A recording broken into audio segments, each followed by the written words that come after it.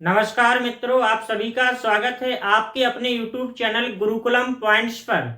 जी हाँ दोस्तों, मैं पीके सर आज आपके लिए लाया हूँ साइंस फॉर टॉपिक वाइज में रसायन विज्ञान का पार्ट 3। अगर बात की जाए पार्ट टू तक आपने किसके बारे में पढ़ा था? मिश्रण के बारे में पढ़ा था। मिश्रण के बारे में पढ़ा था किसमें? पार्ट 2 में। अब इसके बाद देखिए पार्ट 3 में पढ़ते हैं दोस्तों। पार्ट 3 में देखिए मिश्रण को पृथक करने की विधियां।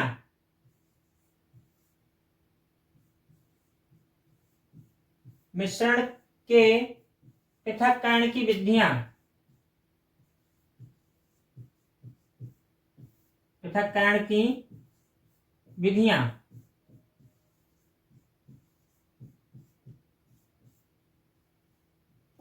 यहां देखिए विधियों में देखिए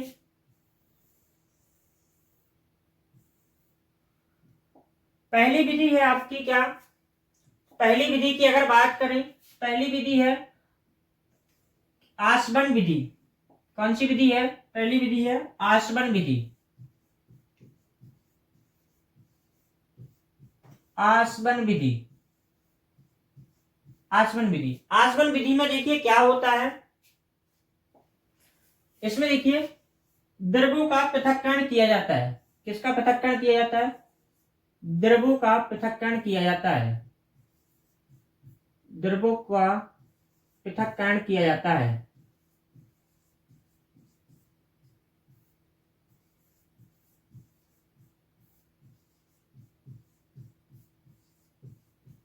द्रव्यों का पृथक्करण किया जाता है।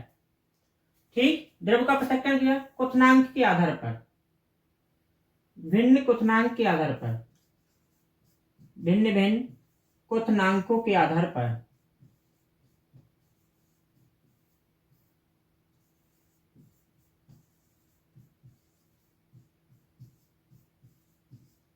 आधार पर।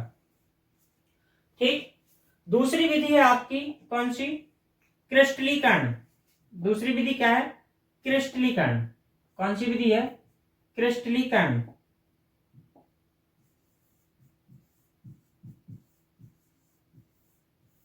क्रिस्टलीकरण। इसमें देखिए किसका पृथक्करण किया जाता है? क्रिस्टलीकरण में अकार्बनिक ठोस का पृथक्करण किया जाता है। अकार्बनिक ठोस पदार्थों का पृथक्करण किया जाता है।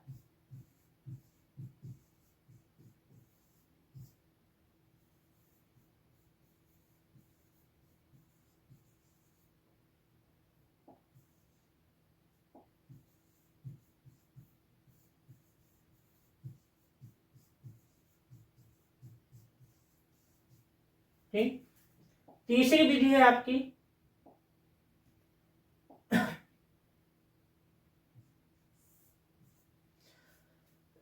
तीसरी विधि है ऊर्ध्वपातन। ऊर्ध्वपातन।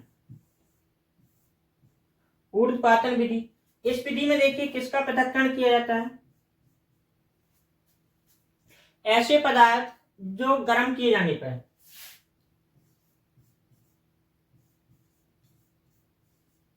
ऐसे पदार्थ जो गर्म किए जाने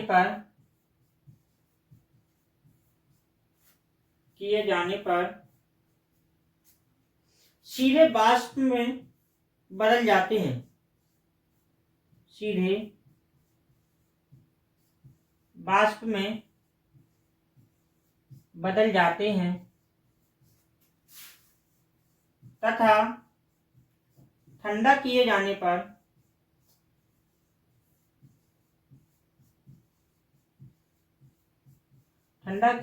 पर सीधे ठोस में बदल जाते हैं। सीधे ठोस में बदल जाते हैं।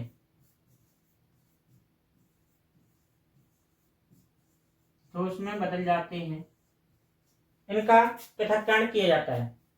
देखिए सबसे पहले आपने विधि कौन सी पढ़ी है? सबसे पहले आपने विधि पढ़ी है कौन सी? आसवन विधि। फिर दूसरी है क्रिस्टलीकरण। इसमें द्रवों, आसवन में देखिए द्रवों को अलग अलग क्वथनांक के द्रवों को अलग किया जाता है। क्रिस्टलीकरण में ठोस कार्बनिक पदार्थों का किया जाता है। यहाँ पर देखिए किसका, ऐसे पदार्थों को जो गर्म किए जाने पर सीधे वाष्प में बदल जाए और ठंडा किए जाने पर किसमें बदल जाए? ठंडा किए जाने पर सीधे ठोस में कन्वर्ट हो जाए, उनका पृथक्करण किया जाता है। इसके अगर एग्जाम्पल की बात करें, एग्जाम्पल में है कपूर, नेफ्थिलीन, कपूर, नेफ्थिलीन, इसके बाद एंथ्रासीन, एंथ्रासीन ये इसके क्या है? एग्जाम्पल है। कपूर, नेफ्थिलीन और एंथ्रासीन ऊर्ध्वपातन के एग्जाम्पल है। ठीक, इसके बाद अगली विधि है। अगली विधि कौन सी है? अगली विधि है त्रिभाजी आसवन। त्रिभाजी आसवन, यह आसवन की तरह ही विधि है। इसमें देखिए किनका पृथक्करण किया जाता है? उन द्रवों को पृथक किया जाता है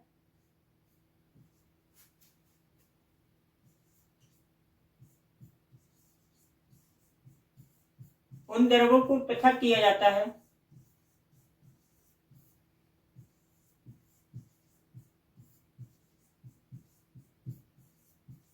जो, ऐसे लेना, उन द्रवों को पृथक किया जाता है जिनका क्वथनांक कम होता है, जिनका क्वथनांक बहुत कम होता है, बहुत कम होता है। जैसे बात की जाए कौन कौन एग्जाम्पल में होगा त्रिभाजी आसवन के लिए? पेट्रोल, डीजल, पेट्रोल डीजल को पृथक किया जाता है, केरोसिन, इन सबको कौन सी विधि से पृथक किया जाता है? तो त्रिभाजी आसवन से पृथक किया जाता है। ठोसों को क्रिस्टलीकरण, द्रवों को आसवन विधि से, और ऊर्ध्वपातन को जो क्या है ना, ठोस जो गैस में वाष्प में चेंज हो जाए और वाष्प जो ठोस में चेंज हो जाए, उनका पृथक्करण किया जाता है किसके कारण? ऊर्ध्वपातन से। अगली विधि है आपकी त्रिभाजी आसवन हो गया। इसके बाद भाप आसवन। अगली विधि कौन सी है? भाप आसवन। भाप आसवन में देखिए, भाप आसवन में ऐसे पदार्थों का पृथक्करण किया जाता है जो जल में आघूलनशील हो।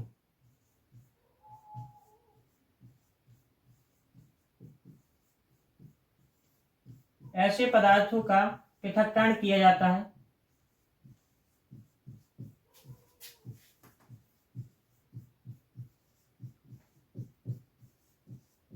जो जल में आघूलनशील हो, जल में आघूलनशील हो, जो जल में आघूलनशील हो, उनका पृथक्करण किससे जा रहा है? भाप आसवन से। तो यहां देखिए भाप आसवन का एग्जाम्पल क्या है? भाप आसवन की अगर एग्जाम्पल की बात की जाए तो भाप आसवन का एग्जाम्पल है आपका एल्कोहल। एल्कोहल, एल्कोहल का पृथक्करण भाप आसवन द्वारा किया जाता है। ठीक, तो जो होगा मिश्रण के पृथक्करण की विधियां, कितनी विधियां हैं? 5। देखिए 5 विधि कौन कौन सी हैं? आसवन, आसवन में किनका किया जाता है? द्रवों का पृथक्करण किया जाता है। फिर देखिए त्रिभाजी आसवन, त्रिभाजी आसवन, इसमें भी क्या होगा? द्रवों का होगा, लेकिन कैसा होगा? क्वथनांक बहुत कम होगा, क्वथनांक बहुत कम। ठीक, इसमें क्या आ जाएगा? Diesel, kerosene. इसके बाद भाप आसवन,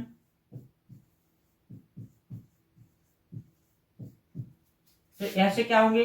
जल में आघूलनशील,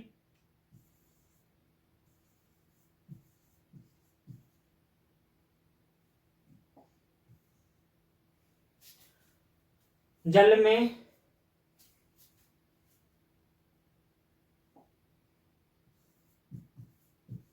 अघुलनशील वाष्प का पृथक्करण, वाष्प का पृथक्करण। इसके बाद क्रिस्टलीकरण, क्रिस्टलीकरण, क्रिस्टलीकरण में क्या किया जाता है, ठोसों का पृथक्करण किया जाता है। और ऊर्ध्वपातन, ऊर्ध्वपातन में क्या होता है, ऊर्ध्वपातन क्या होता है, जो ठोस से सीधा चेंज किसमें हो, वाष्प में।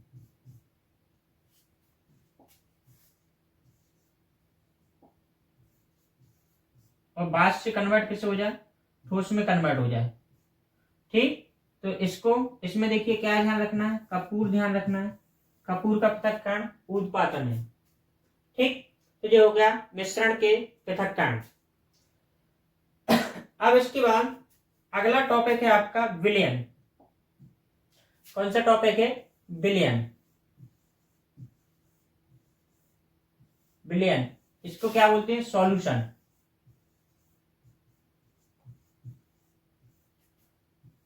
सॉल्यूशन बोलते हैं। विलयन की बात की जाए तो इसकी परिभाषा क्या है, परिभाषा देखिए, विलेय व विलायक के समांगी मिश्रण को विलयन कहते हैं। समांगी मिश्रण को विलयन कहते हैं।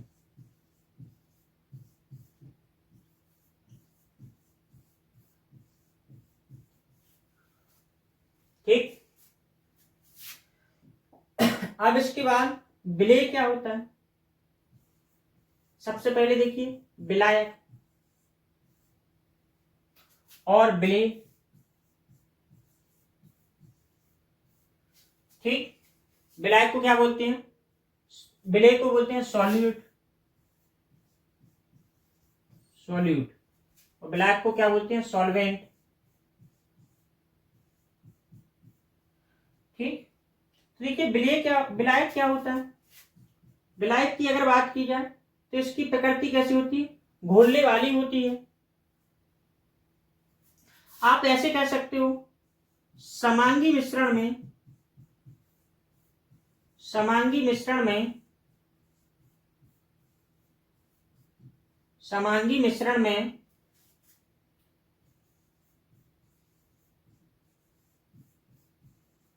अधिक मात्रा वाला पदार्थ, अधिक मात्रा वाला पदार्थ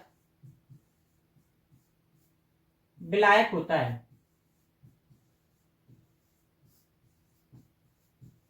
विलायक होता है। ठीक, कोई भी जैसे विलयन ले लीजिए, जैसे आपने ले लिया जल और किसका विलयन ले लिया, जल और चीनी का विलयन ले लिया। तो जल और चीनी में देखिए, तो जो जल है उसकी मात्रा कैसी होगी, जैसे आपने लिया कितना, 2 लीटर जल लिया, 2 लीटर जल में अब चीनी कितनी ली आपने, चीनी आपने, चीनी आपने कितनी ली, चीनी आपने ली 500 ग्राम। तो देखिए जल क्या हो, जिसकी मात्रा अधिक होगी वो क्या होगा, विलायक होगा। विलयन क्या होगा, इसके बाद विलेय देखिए,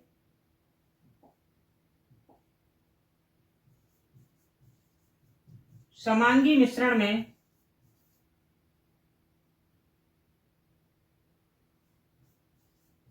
समांगी मिश्रण में समांगी मिश्रण में कम मात्रा वाला पदार्थ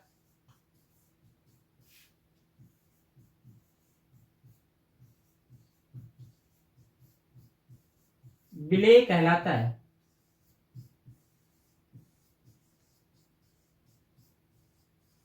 विलेय कहलाता है। ठीक, अब यहां देखिए विलायक, विलायक की अगर बात की जाए तो प्रकृति कैसी होती है, घोलने वाली प्रकृति।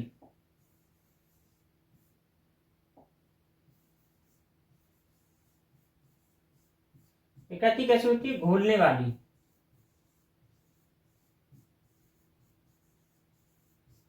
ठीक, इसी प्रकार इसकी प्रकृति कैसी होती है?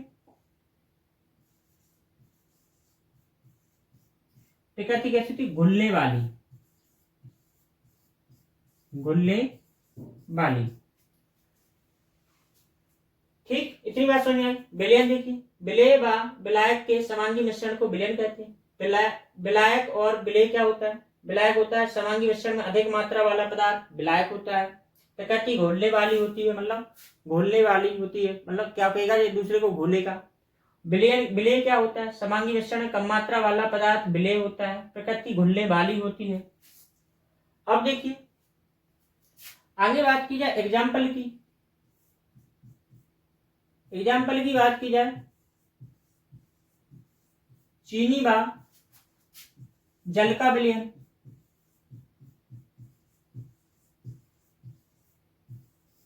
ठीक, चीनी व जल का विलयन।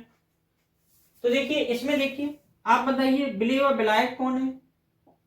तो यहां देखिए जो जल है वो क्या हो गया? विलायक हो गया। और यहां पर चीनी है, ये क्या है? विलेय है। ठीक, ये बात समझ में आई। अब आगे देखिए, सार्वत्रिक विलायक। सार्वत्रिक विलायक, सार्वत्रिक विलायक क्या होता है?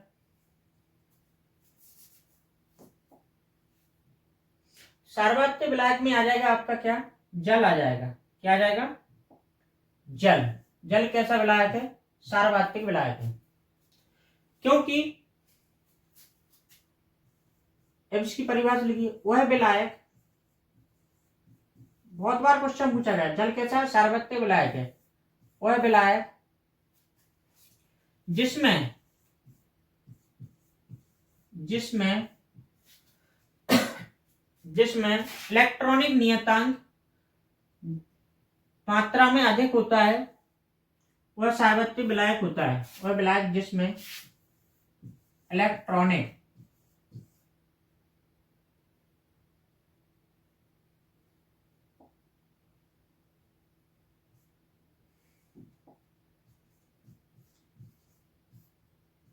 इलेक्ट्रॉनिक नियतांक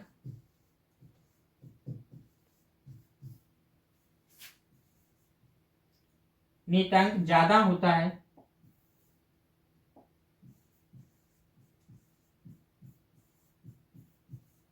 होता है, सार्वत्रिक विलायक कहलाता है।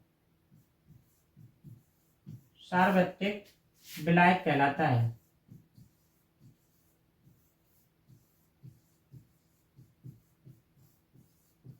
विलायक कहलाता है। एग्जाम्पल क्या होगा?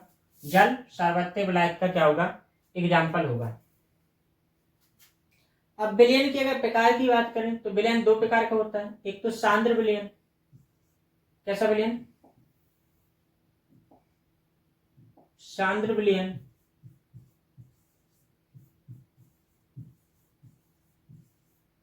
सांद्र विलयन की अगर इंग्लिश की बात की जाए तो इसे क्या बोलेंगे? Concentrate solution. Concentrate solution. ठीक, सांद्र विलयन क्या होता है? वह विलयन जिसमें विलेय की मात्रा अधिक हो।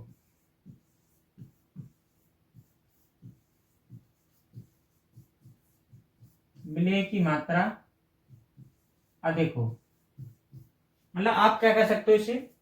सांद्र का मतलब क्या होता है? गाढ़ा। कैसा विलयन? गाढ़ा।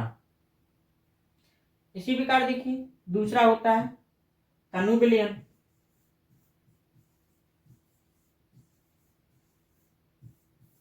ठीक, डाइल्यूट सॉल्यूशन।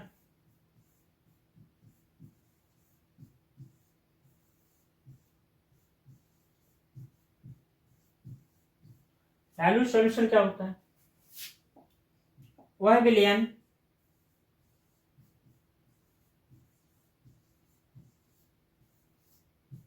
जिसमें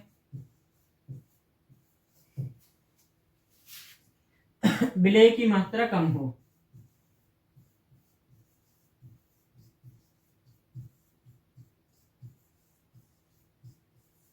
विलय की मात्रा कम हो, वो क्या होता है?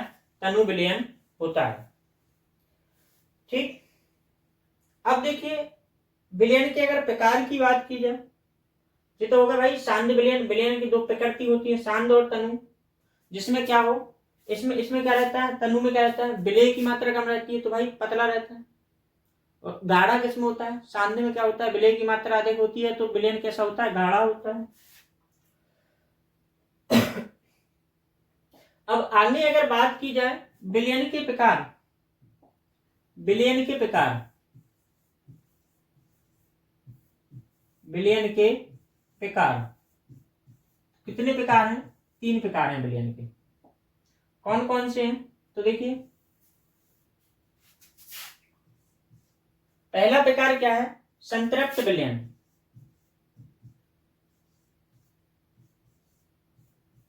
संतृप्त विलयन।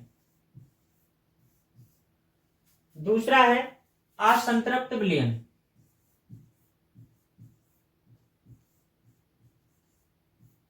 असंतृप्त विलयन।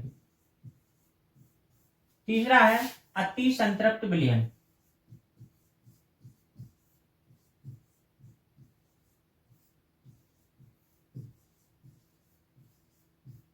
अति संतृप्त विलयन। संतृप्त विलयन क्या होता है? यहां देखिए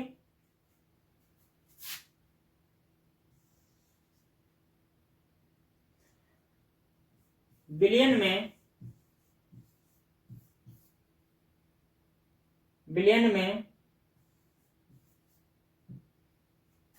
विलय की मात्रा क्षमता के अनुरूप हो।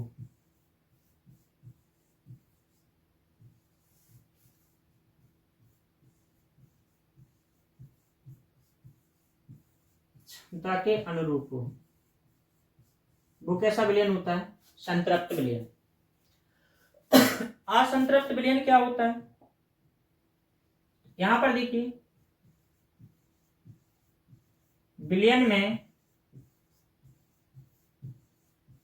विलय की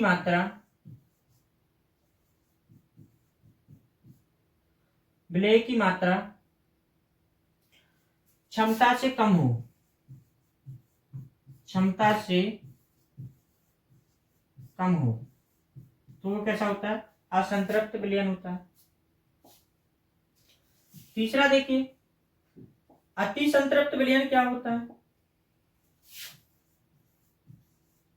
विलयन में विलय की मात्रा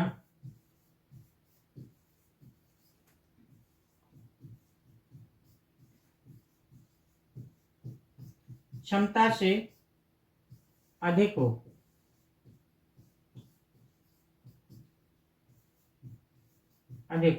वो अति संतृप्त विलयन होता है। विलय की प्रकृति के आधार पर पदार्थ 3 प्रकार की। देखिए जब विलय क्या हो, जैसे क्या है यहां पर देखिए अगर एग्जाम्पल की बात की जाए, यहां पर देखिए जल कितना है? जल है 2 लीटर। कितना है? 2 लीटर जल। और आपने कितनी शक्कर,